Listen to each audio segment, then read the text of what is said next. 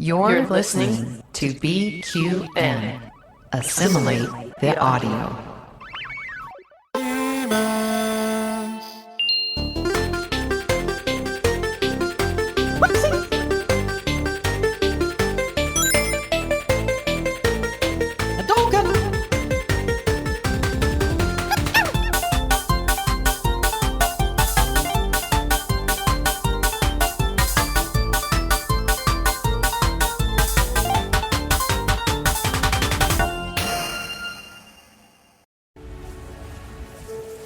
What's the first thing you want when we get there? To be let in?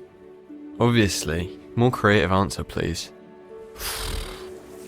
Well, I can't wait to have a wash and get some new clothes finally. I think I'm excited to sleep with that one eye open every night, you know?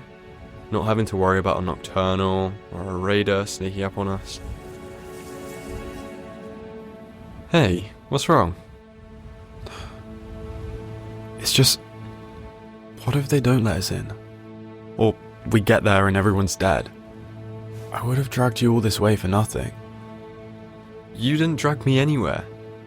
I wanted to come with you. And I'm glad that I did, whether we end up in a community or not. I'm glad you're here too, Diego.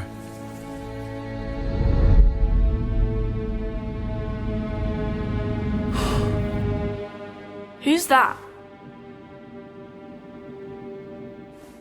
No one.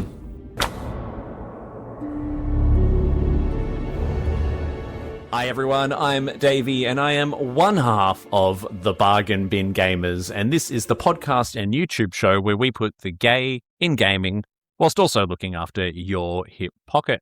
I'm flying solo today as I interview at 7 a.m. my time some guests from the UK. And I've got two guests today who will give you serious gamer couple goals. It's Max and Pablo from Cowboy Toad Games, the boyfriend team behind 2024's incredible Nocturnals, a game that started this podcast love affair with LGBTQIA plus developed games. Max and Pablo are back with a sequel to Nocturnals, Nocturnals Cacti Coast, which is currently in development. Max and Pablo, welcome to the show. Hey. Thanks for having us. It's good to have. Well, it's good to have Max return. Max has been with us before. Yep. Now we've added mustache, which I don't think you had that. Kind of time. Australian though, right? It is actually, yeah. There's a real trend with men here in Australia with just the mustache. Like it's everywhere. It's everywhere. We're both following that trend, I think. Yeah. And first time on the show is Pablo. Pablo, it's really nice to meet you. Yeah, nice to meet you as well. Thanks for having me. And I was actually going to start straight in with a question for you, Pablo, because you were a bit of a mystery to us last time because Max was kind of the face of the game for us the first time that we featured Nocturnals on the show. But everyone was really, really curious to know a little bit more about you. And so my first question is going to go straight to you. Your wonderful partner here told us and has mentioned many times online that the original Nocturnals was a love letter to you, which is something which I think has made every gay across this world who's played your game just like heart melt. Everyone's just like, find a man who will make you a video game.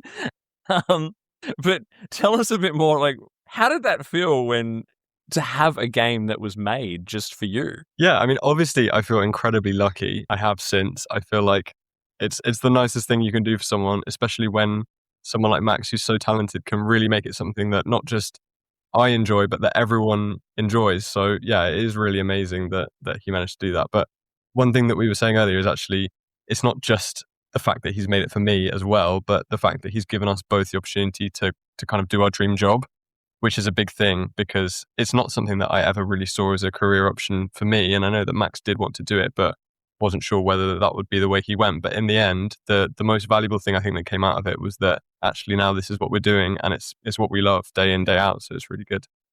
When was that moment when you realized that the original Nocturnals was going to be not so much a passion project, that was something maybe just for the two of you and something that was actually going to be, oh, wait, no, this is actually a thing. This is a thing that we're going to release and is going to maybe be a career for us? I would say probably when the first big streamers started playing it. So actually after release.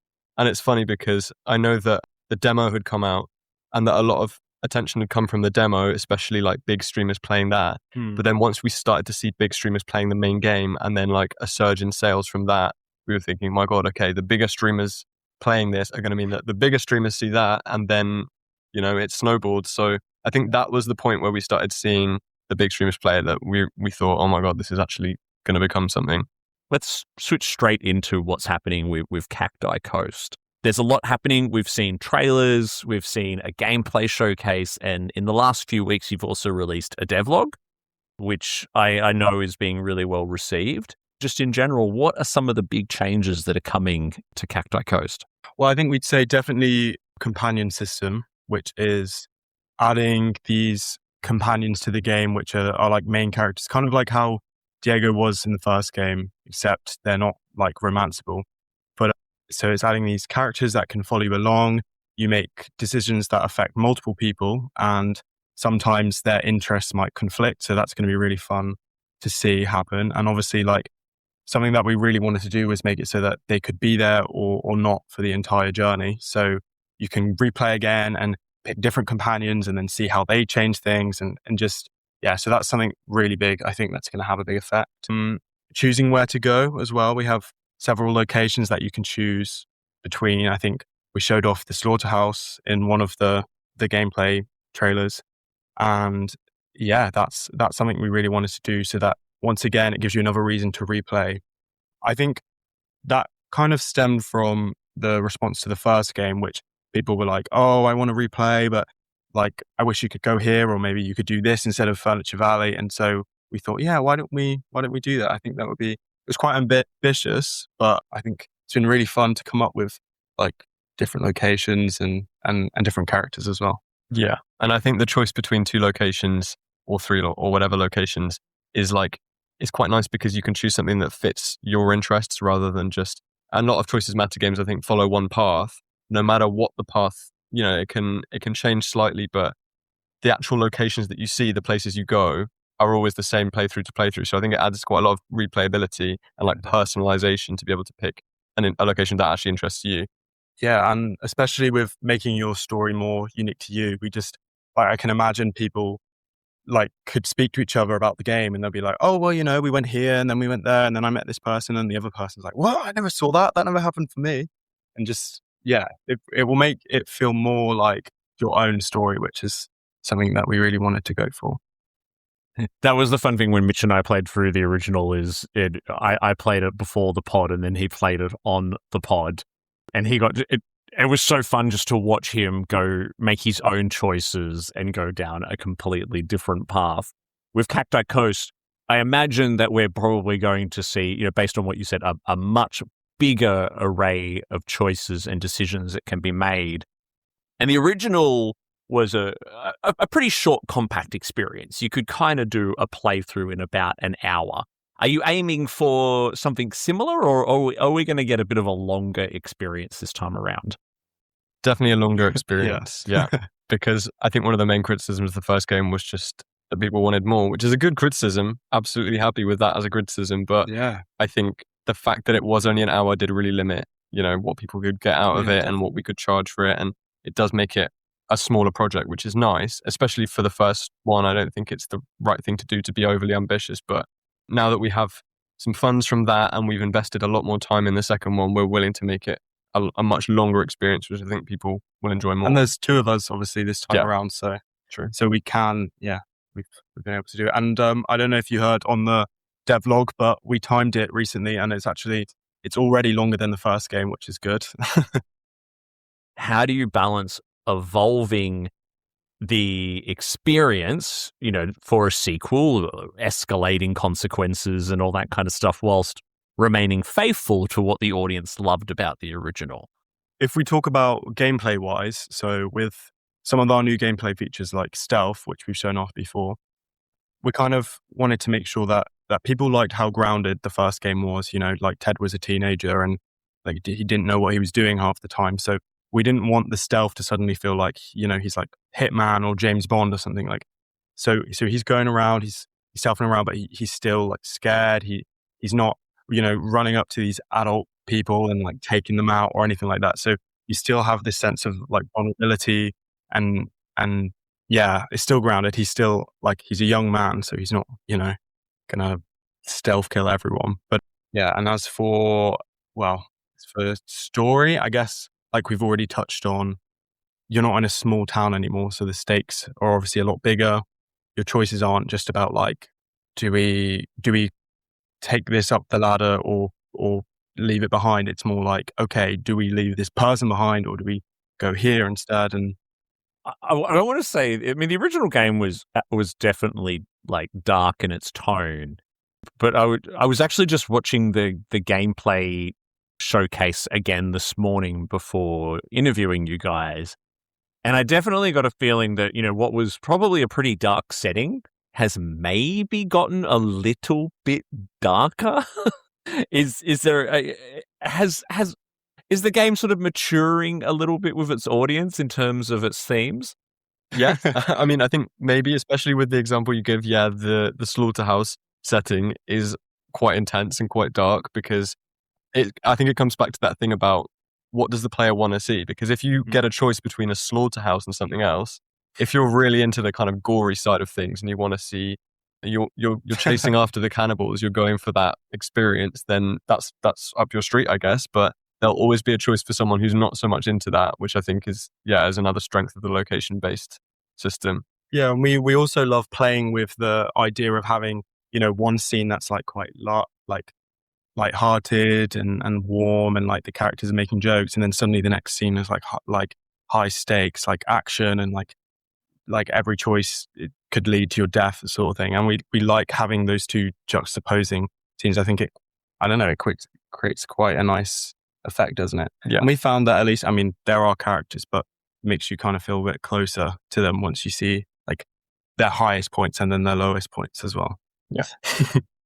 Yeah, I mean, I got the feeling even from the very first trailer you dropped that Ted and Diego, whether, spoilers, whether Diego's in your experience at all, they've been surviving in this pretty harsh post-apocalyptic world for a while now, and they've kind of grown and possibly had to harden a little bit in order to maintain that survival. But speaking of Ted and Diego, your game has such a cult following, and the one thing I've learned from interviewing career developers who've created such imprintable characters like Ted and Diego is that the fans really, really care about how you as the creators treat them.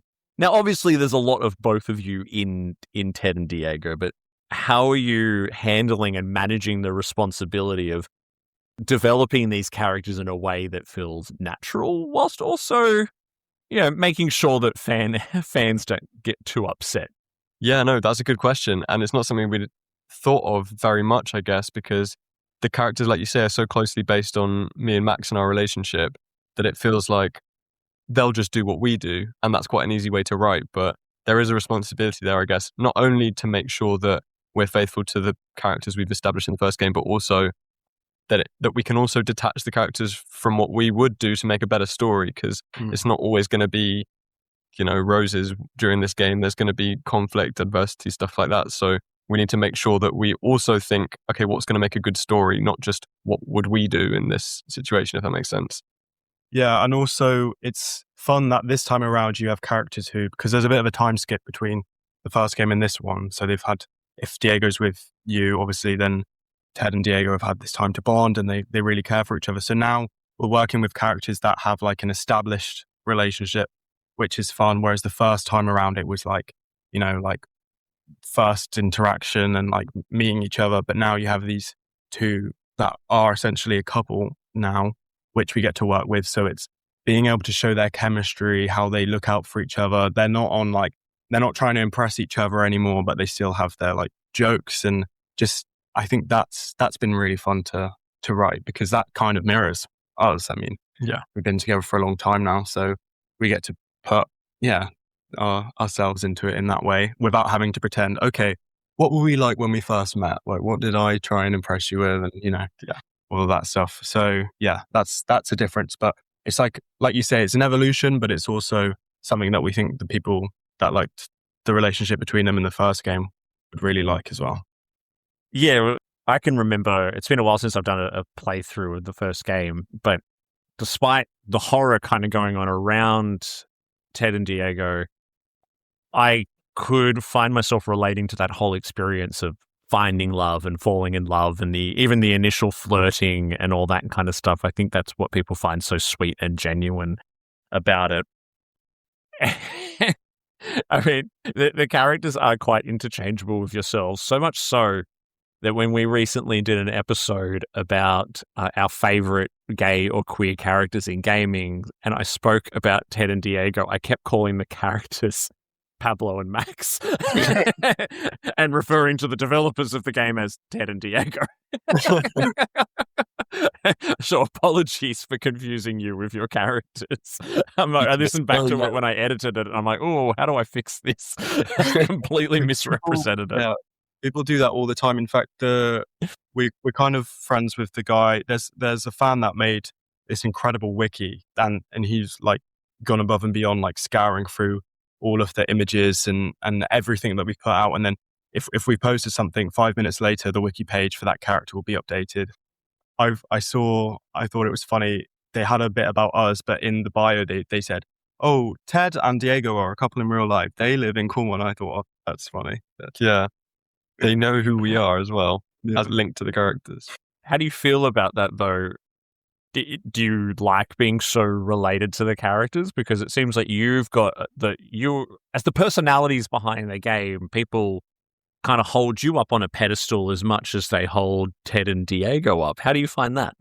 I think I think we're quite lucky that it is us, so it feels good. Like we haven't created villains that people are comparing to us, But no, I think that it does come back to that thing about like detaching yourself from the characters to make it a good story, because I think if it would almost be like, because I know that Diego's like quite guarded in the first game when Ted first meets him, and there's like a bit of like opening up that happens through the game, and that's the arc that makes that story, worth seeing. But I feel like if it was just, love at first sight, maybe that wouldn't be such an interesting story. And it obviously was love at first sight in Max, but I feel like it wouldn't make such a good story if you would just copy and paste the relationship. Whereas if we've done these tweaks to make the story a little bit more interesting, like changing the personalities a little bit, it helps us see them as separate characters. I think we both see them as separate characters, don't we, from us? Oh, yeah, yeah.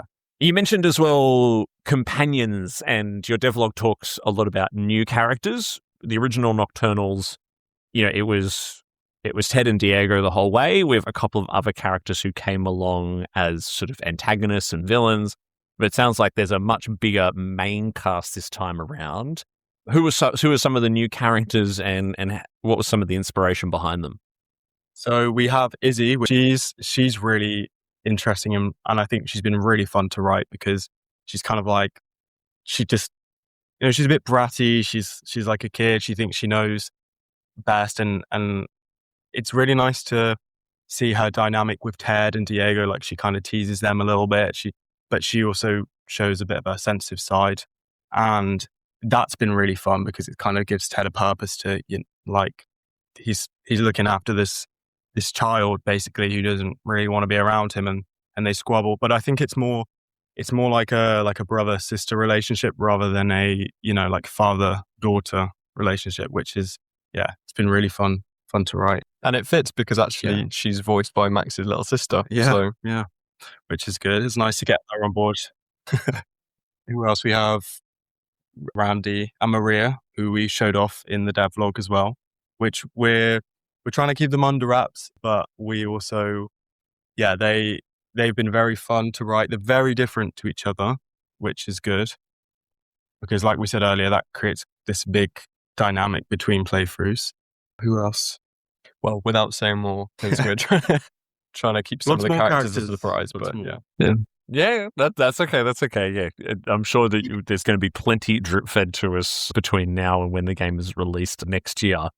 But that's exciting to see. Like, I get that just from the devlog and everything you've released so far, is that oh, this world that I love is about to be expanded in a way that I think is going to be really, really satisfying. The original, again, was, Max, that was you learning how to make a game. You've talked a lot about Pablo criticizing your spaghetti code and the things you learned through that and how the spaghetti unraveled and how that taught you lessons. What are some of those big lessons from developing the original that are being used to make Cacti Coast a more optimized experience? Pablo's the organizer here, so I feel like you have to answer that one, surely. Okay. So basically, before I had one example would be like organization, like the folders within the games, the way things were labeled. If I wanted to search for something, I mean, it was a nightmare. I just called it whatever I felt like calling it on that day, and then thought I wouldn't have to touch it again. But obviously, it's a game, and games have bugs. So when I come back to it later, and it's called, that was a nightmare. So we definitely put plans in place to have everything organized, and this is very easy. And some of the systems Pablo's built has made it so easy to go back and change lines or dialogue. So like it takes about 3 seconds. We can just type it in and replace it. Whereas before, because I did everything as like pre-rendered cutscenes, I'd have to I'd like hand did the mouth movement, and then I'd export the video. So if we had a line play that people that were play testing were like, oh, I don't really, what do they mean by that? It wasn't very easy to go back and change it. And I think, oh, well, I don't need to change it. It's just a small line. But now we can, and we've been able to, get constant feedback and being able to adapt things, which has been really good. You mentioned playtesting there. Have you expanded a little bit in terms of that community guidance and input to the game? Because I think you mentioned in your devlog that there's actually been some changes in things like character design and stuff like that, just based off community feedback from the initial trailer. Mm-hmm. Yeah. So I've done a lot with the art. I mean, it was a new art style, so I got things a bit weird. And I think when you're staring at the same character all day, you kind of lose sight of all of the things that to someone else might be instantly apparent. But no, it's been really good. And I'm so glad that we did share with our community, because they've been very helpful. Maybe if you just change the arms at this length, or if you just change this a bit, maybe the eyes are too big, and, stuff like that's been very helpful. As for playtesting itself, I think we've mainly just had our families sit down, or some of our friends have tried it, and we've just been like watching and taking notes. If they're like walking into a wall or they don't know where they're going, we'll just be like, okay, you need to put a door there, or, which has been really good too. That must be such a surreal experience, just to sit back and watch someone play it and see they either achieve what you think they're supposed to achieve, or they don't, and you've realized, oh wow, I've really not made this intuitive at all, especially if they're walking into a wall. And it's really humbling, because sometimes they just do things that you're like, I never thought anyone would try that, but now we have to do something to address the people who will. And sometimes just like being in the mindset of it's like turning a switch. Like as soon as you know that someone's about to play it and you're seeing it from their perspective, you can start spotting things that you hadn't seen before, just because you know that that's what they're doing. I know it's really weird. But it's been very helpful. Yeah. Pablo, you said that you've had moments where you're like, oh, wow, I did not actually think anyone would try that. Is there something you can share that kind of stood out in terms of something that someone has tried to do without giving too much away? Well, yeah, I'm trying to think. If you have an example while I'm thinking, Max, go for it. But maybe like there's a bit at the slaughterhouse where you're like trying to enter the building, you're trying to sneak in, and we thought we'd made it pretty clear that you have to sneak round the back.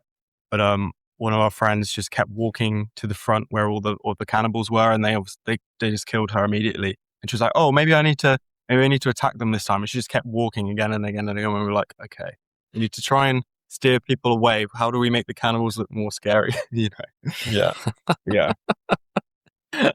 How we make the cannibals look more scary? There's they need to be holding with like bones and stuff. I don't know. I think we just found the title of the episode.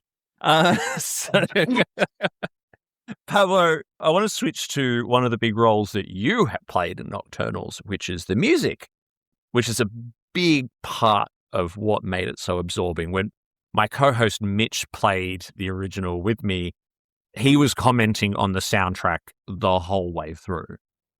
How is the soundtrack evolving for Cacti Coast?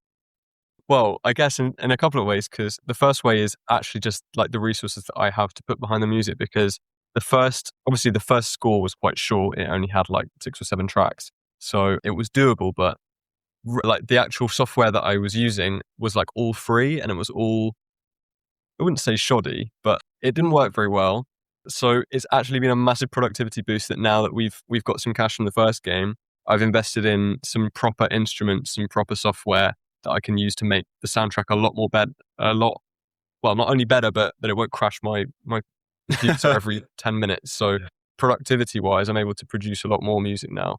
But like in terms of the actual music itself, I'm trying to keep a similar kind of musical palette from the first game, because like you say, I think people really liked the way that it fit with the game. So I want to keep the musical palette the same, but then introduce some new themes and stuff for the individual characters and locations, because that's one thing that the first game didn't really have. Although, you know, Diego had a little theme and there was a main theme, there wasn't any like recurring motif that you can associate with the characters. So in the second game, I'm going to lean in a lot more to that. So it's like, oh, I hear that music playing, that means this thing, or this character is associated with this song, and people might, you know, feel more from the tracks if they feel that association, I think.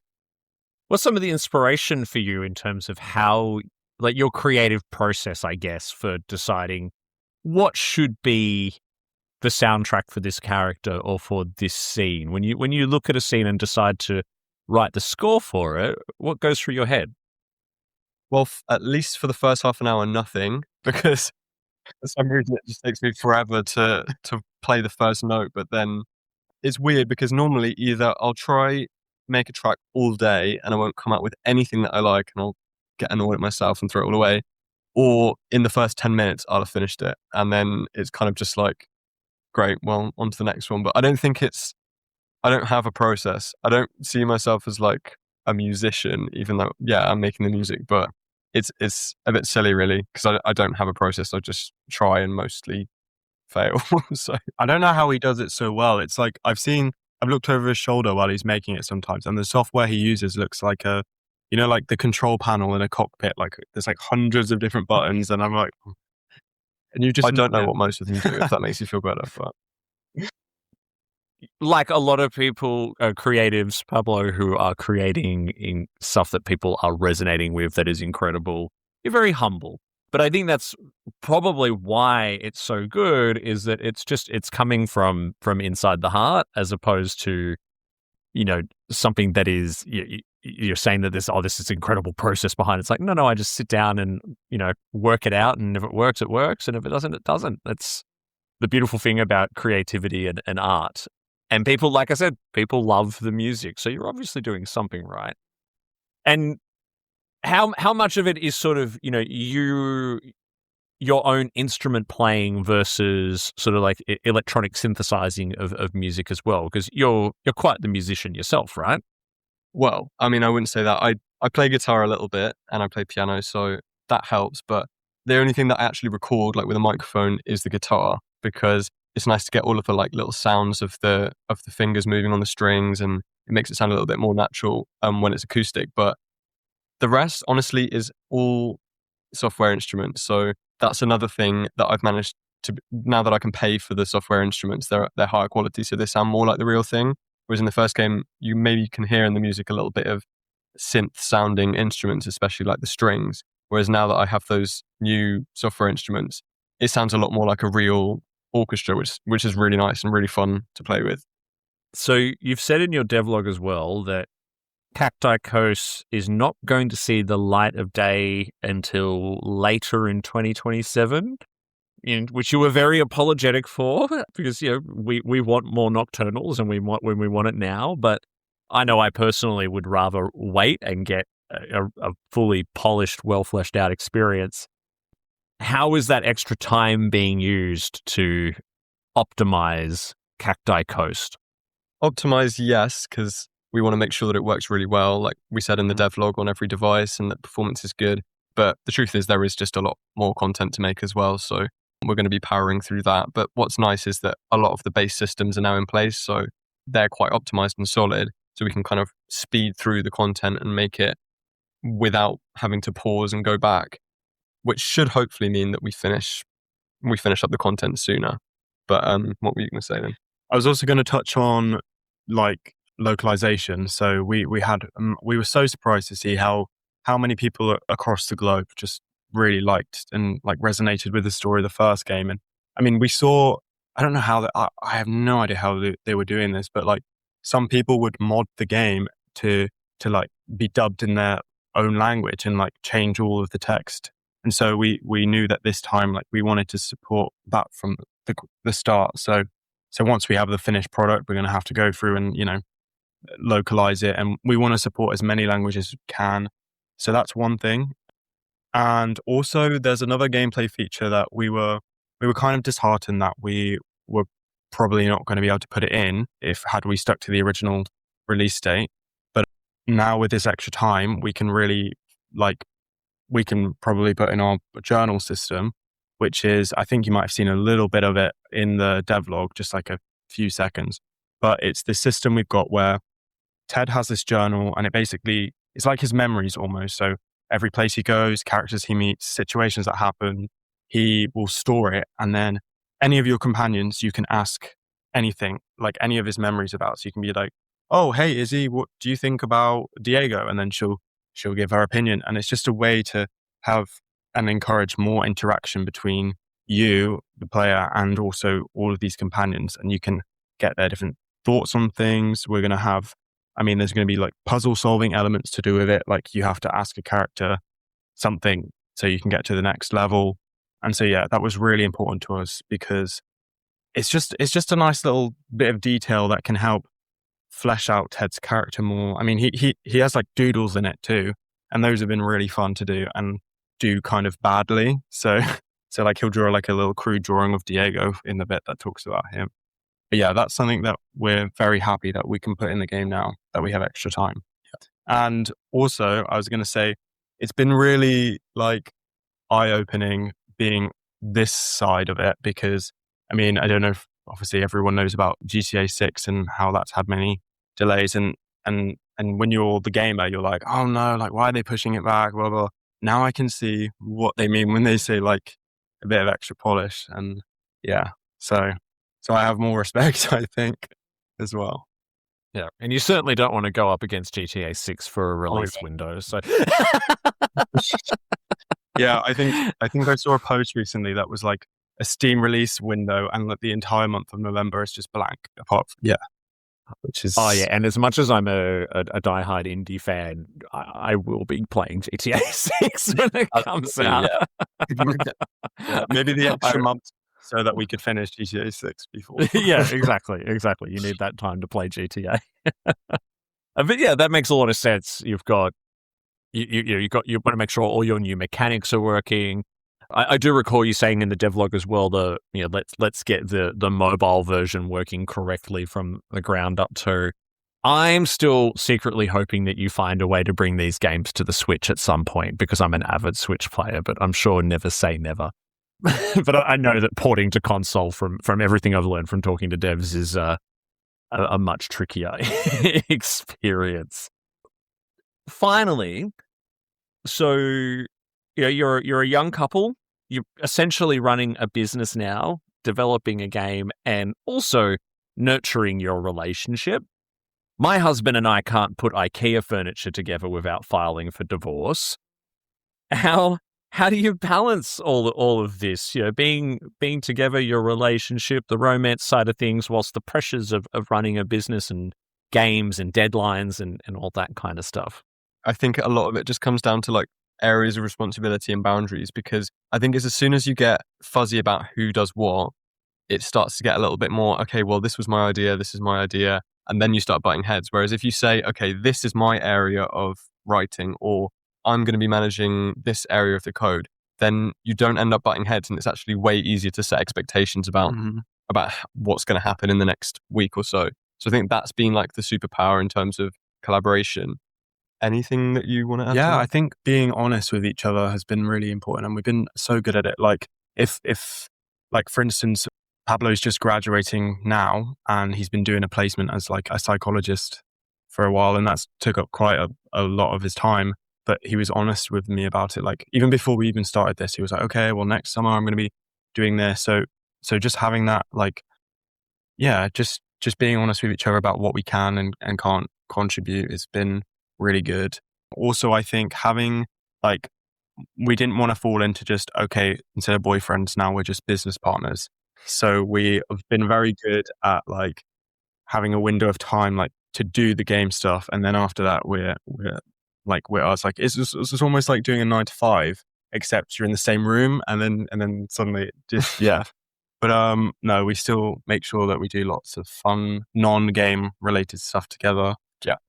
Reread books together sometimes as well, don't we? We both nerd out at the same things too, which really helps. And yeah, I will say though, I think having this has definitely matured us, because obviously, like, having a company together is like a big commitment. So it kind of, like, yeah, made us grow up a bit. Not that we were immature before, but yeah, I think it's worked out really well, which is really good. And I think, yeah, we just want each other to succeed, and we love each other, don't we? So, yeah. So Stop it. That's adorable. And congratulations on your graduation, Pablo, by the way. Thank That you. sounds Well, really, 2 weeks really out, exciting. so fingers crossed. yeah, yeah. Okay. You've done all your exams and everything though, right? You're good. Yeah. But that's another thing, because he's been so used to, like, being a therapist and like conflict resolution. I mean, having a psychologist working with you is really good. Because, Therapy, right? Yeah. I can only imagine. My husband's a primary school teacher, so I just get lectured in a different way. And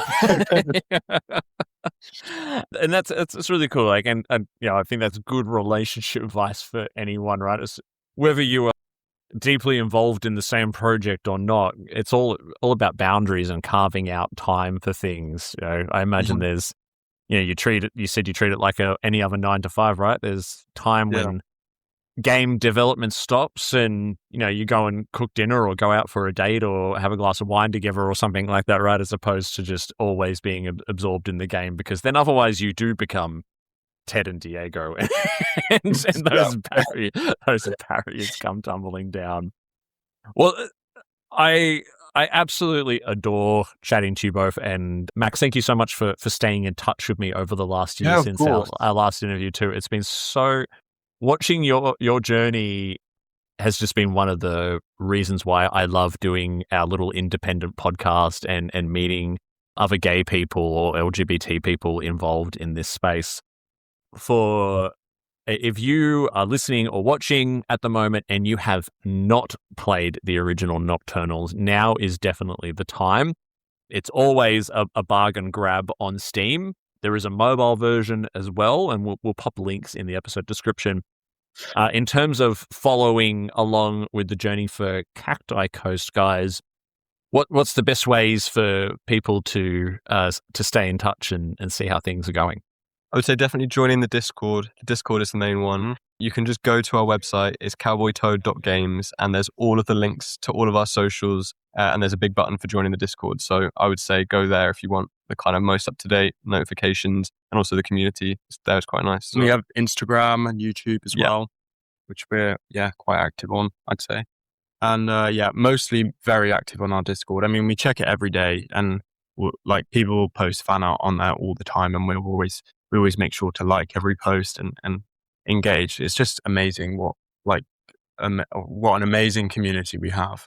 And and like Max says, we do see everything. So if you're posting art and stuff, we'll definitely have our eyes on it, and we'll comment. We have, like, this was amazing. Pablo, for my birthday last year, he had, like, collected basically the entire library of fan art from, I don't know how he found it all, but every piece of fan art from the game he put into this book and then gave it to me for my birthday, which is just amazing. And I still have it. It's very, very special to me. So yeah, we are doing that again. Cool. So if you want to make it into the next book for Max's birthday. That's going to be an annual edition. The Discord is an incredible place because you've probably noticed I pop in once a week to post in the promo channel about our new episodes. And we'll But be it- posting this episode as well, definitely. In Yeah, our yeah, announcement. please do. But I always like to. I'm a bit of a Discord lurker, so I do like to. But the week's gap, so I drop in once a week, and just the sheer amount of unread messages from a week's gap is incredible. Your community is so devoted, and I just love. I love reading through and seeing, or like again, looking at all the fan art and just seeing how much this game and these characters mean to people. And in the same way in which I told you before we started recording, just the incredible response Max's first episode got with us a year ago to the fact where the reels we created were just sort of like, behind the scenes of Nocturnals for Instagram and YouTube still get likes and comments to this day. Like people are still finding it, discovering it. And I think that's why you guys are going to continue to be so successful, is that more and more people are just continuing to uncover this and fall in love with it every day. So congratulations again. And Thank you very much. yeah, and thank you so much for joining me again and continuing to share the story, and good luck with the rest of the development. We'll continue to check in.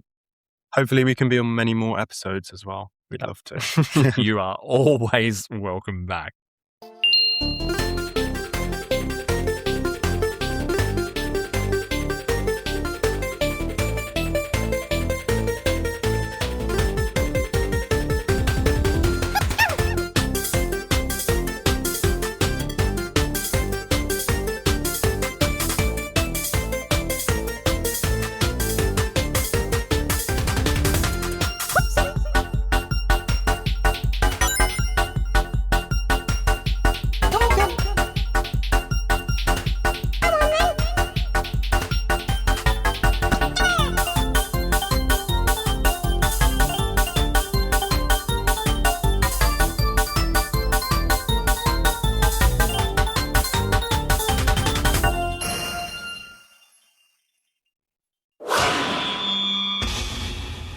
Double T Media.